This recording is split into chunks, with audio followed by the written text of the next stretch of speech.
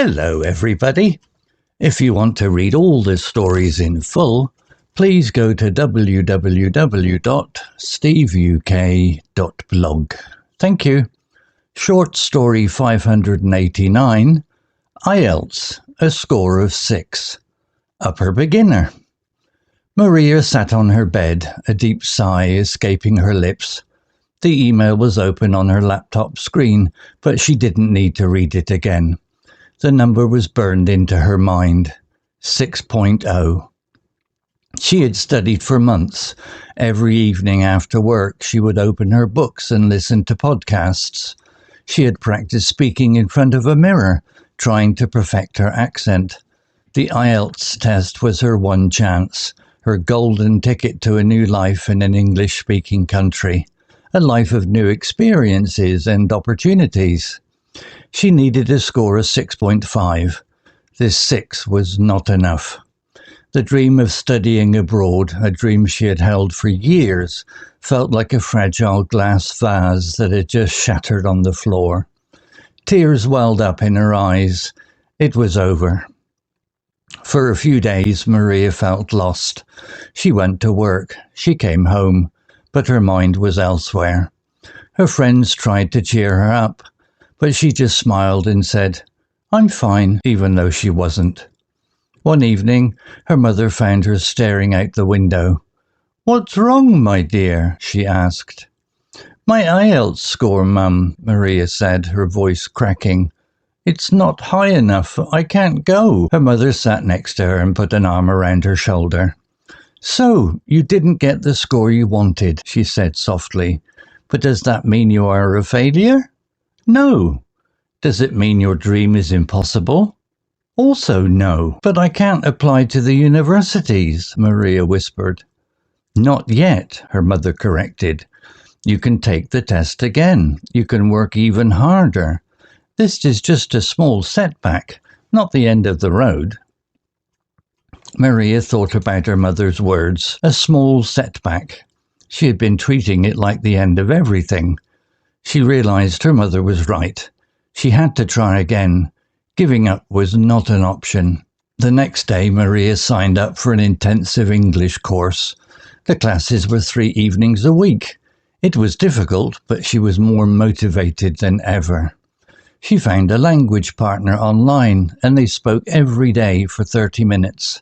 She watched English films without subtitles, and she read English newspapers. 6 months later, Maria took the test again. She was nervous, but she felt more prepared this time. The long wait for the results was agonizing.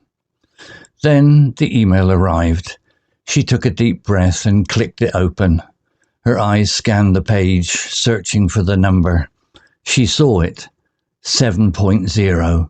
A huge smile spread across her face. A single tear of joy rolled down her cheek. She didn't just meet her goal, she surpassed it. Her dream was now closer than ever, and she knew that this journey, the hard work and the small setbacks, had made her stronger. Vocabulary notes. Dashed. This verb means to destroy or ruin a hope or dream. It often suggests that the hope was suddenly and completely gone.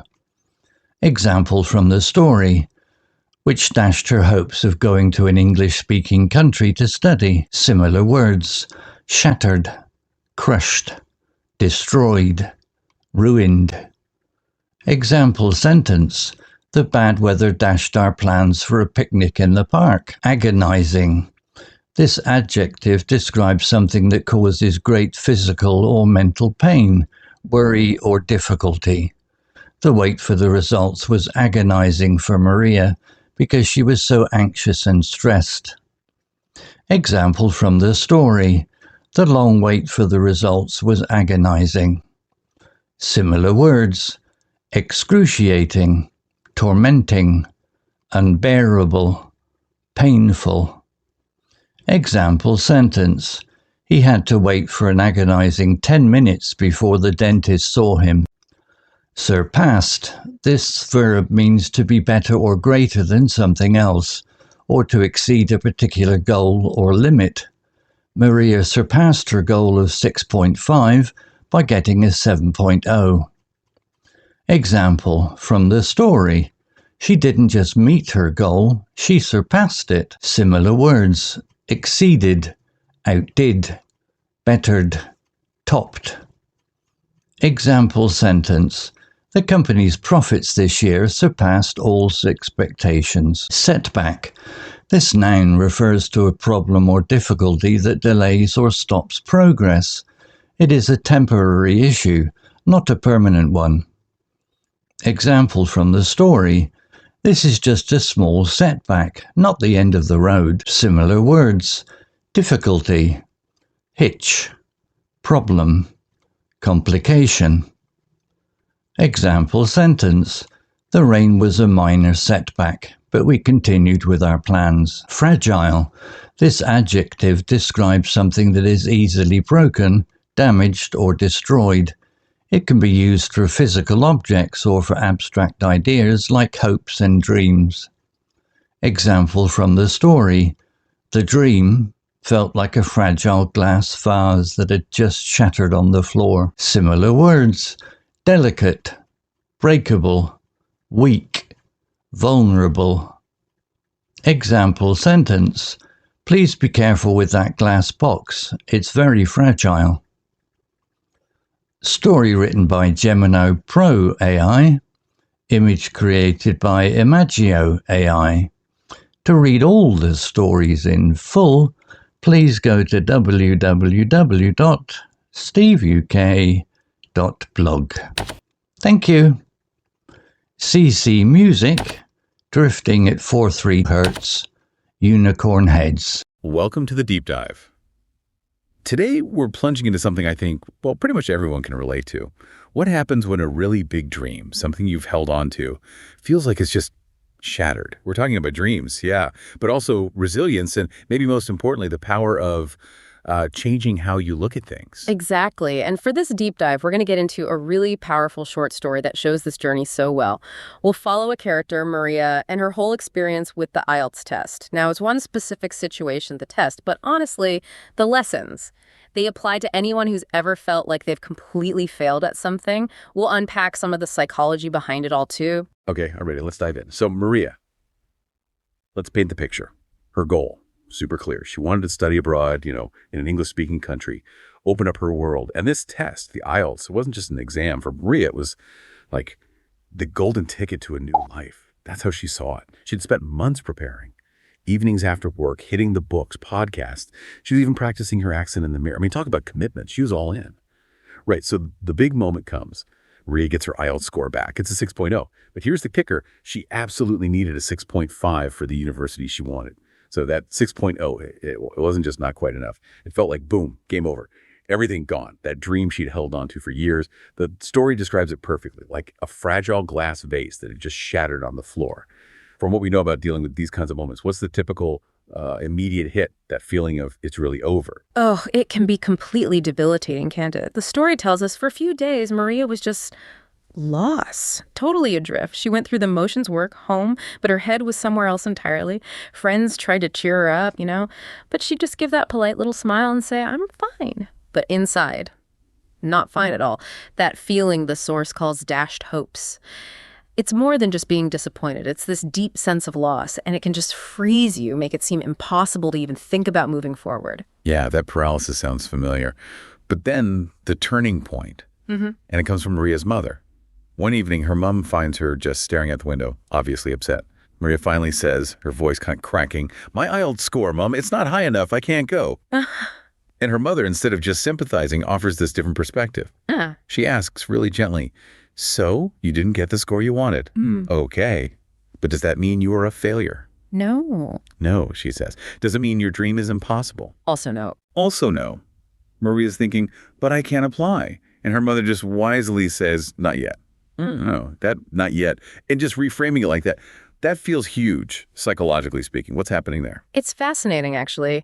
Her mother, maybe without even knowing the term, is doing exactly what psychologists call cognitive reframing.